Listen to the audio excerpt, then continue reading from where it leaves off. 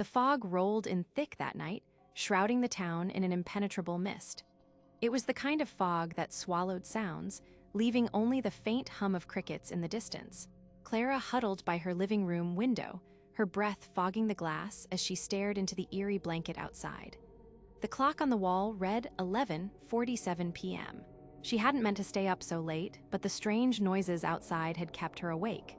At first, it was just the creaks and groans of her old house settling, but then she heard it, whispers. Soft, indistinct, but unmistakable, coming from the woods behind her house. Curiosity gnawed at her, overriding the fear that knotted her chest. She slipped on her coat and stepped out into the cold, damp air. The fog swirled around her, clinging to her skin like a wet shroud.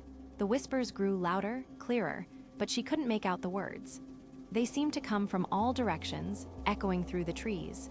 She pressed deeper into the woods, her flashlight casting eerie shadows on the mist. Then she saw it, a flicker of light in the distance. Her heart pounded as she approached.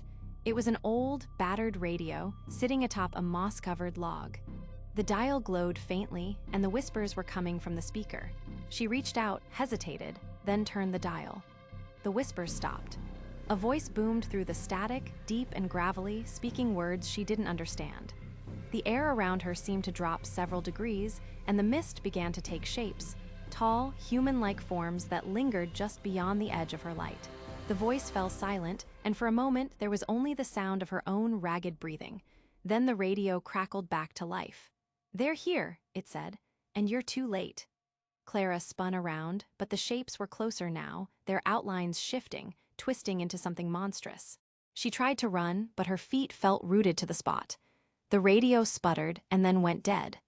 The whispers returned, louder, urgent, and this time they seemed to be coming from inside her head. When the fog finally lifted the next morning, Clara was gone.